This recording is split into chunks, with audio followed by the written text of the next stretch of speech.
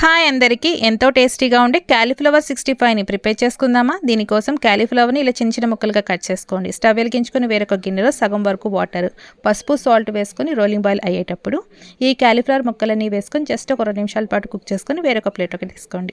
వేరొక మిక్సింగ్ బౌల్లో మైదా పిండి, కార్న్ఫ్లవర్ పిండి, దీంట్లో అల్లం వెల్లుల్లి పేస్ట్, గరం మసాలా, ధనియాల పొడి, ఉప్పు, కారం, అలాగే కొద్దిగా మిరియాల పొడి, కొద్దిగా నూనెను వేసేసుకొని కొద్దిగా వాటర్ పోసుకుంటూ బజ్జీ పిండి కలుపుకున్నట్టు కలిపేసుకోండి. కన్సిస్టెన్సీ అనేది ఈ విధంగా ఉన్నాక దీంట్లోనే మనం ఇందాక ఉడికించి పెట్టుకున్న క్యాలీఫ్లవర్ ముక్కల్ని వేసుకొని మిక్స్ చేసుకొని రెడీగా పక్కన వేడి నూనెలో ఈ పకోడీని జాగ్రత్తగా వేసేసుకొని మీడియం ఫ్లేమ్లో టర్న్ చేసేసుకొని క్రిస్పీగా ఫ్రై చేసేసుకోవడమే. తర్వాత వీటిని వేరొక ప్లేట్లోకి ట్రాన్స్ఫర్ చేసుకోవడం.